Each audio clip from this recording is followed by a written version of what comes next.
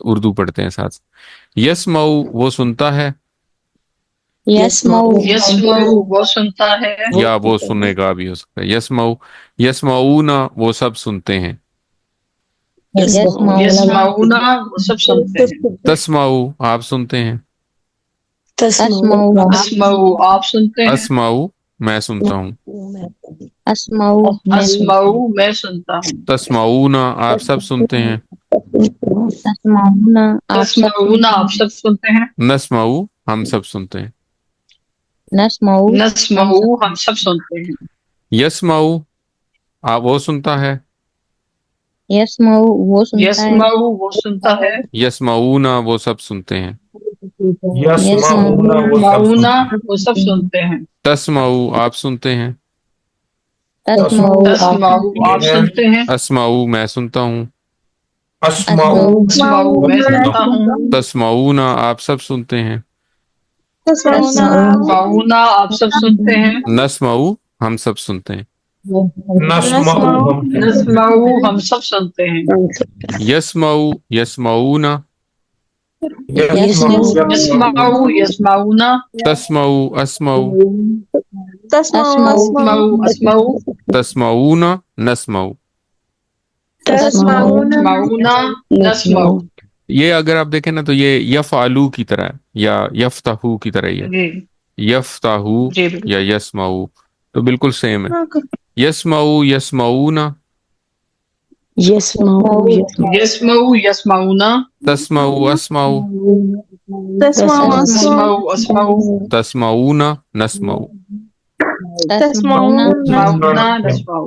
یسمعو یسمعون یسمعو یسمعون تسمعو اسمعو تسمعو تسمعون نسمعو.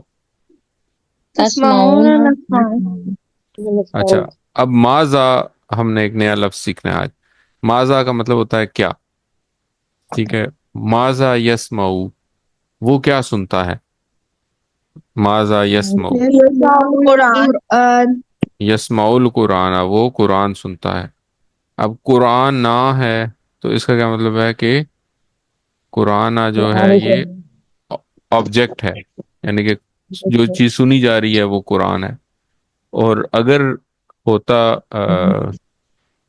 یہاں پہ کوئی اور اسم ہوتا جس کے اوپر پیش ہوتا جیسے یسمع اللہ ہوتا تو اس کا مطلب ہوتا کہ اللہ سنتا ہے یا اللہ سنے گا. ٹھیک ہے. ماذا یسمعون وہ سب کیا سنتے ہیں. یسمعون یسمعون القرآن. القرآن. ماذا تسمعو آپ کیا سنتے ہیں.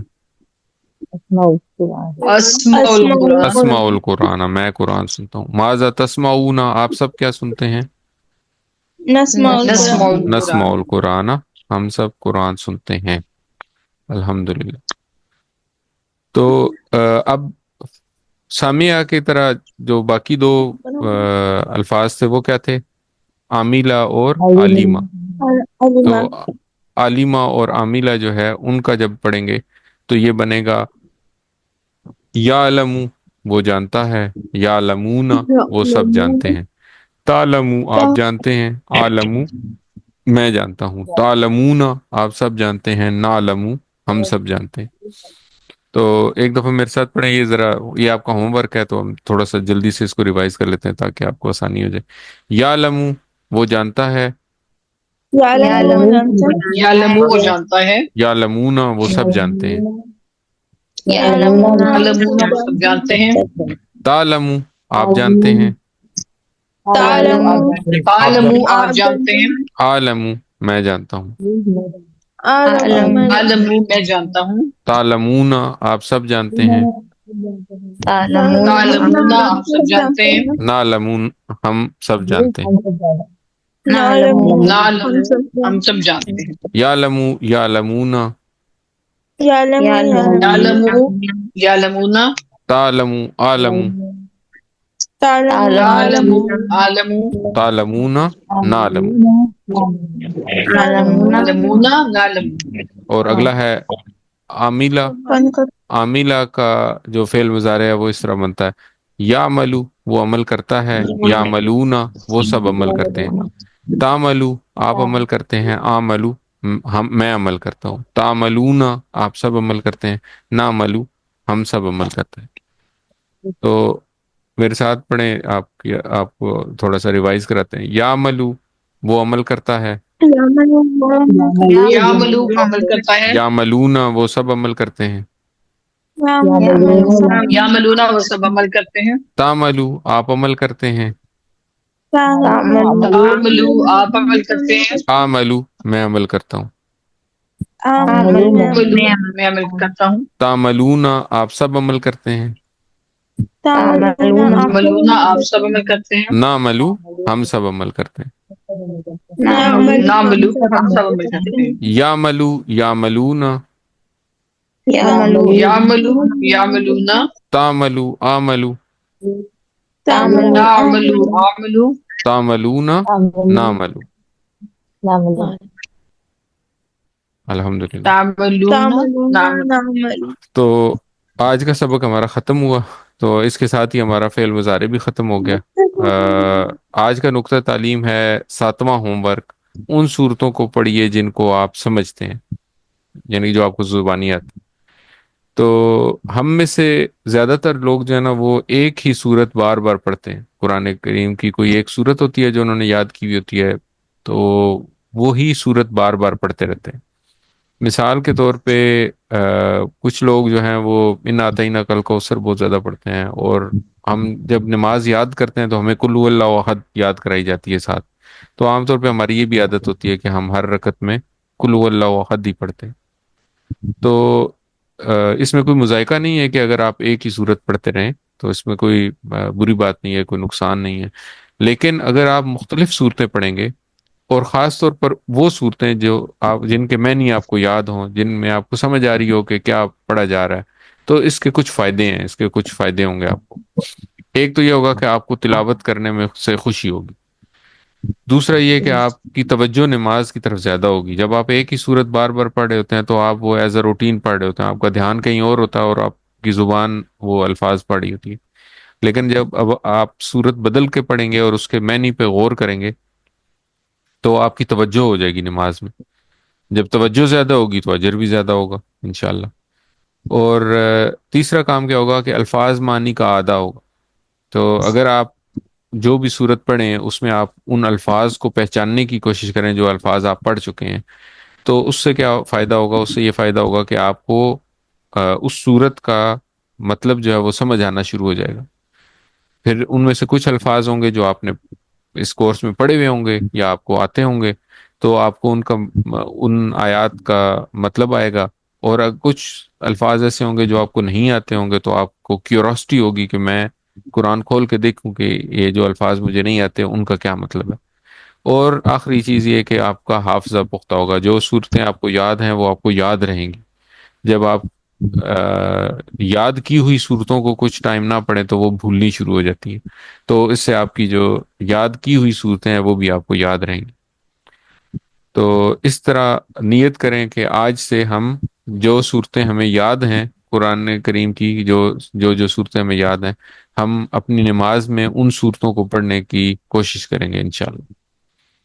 الحمدللہ، سبق نمبر 14 کے اختتام پر ہمارا ٹوٹل ورڈ کاؤنٹ جو ہے وہ 174 ہو گیا، جو کہ قرآن کریم میں 36,556 دفعہ ہیں۔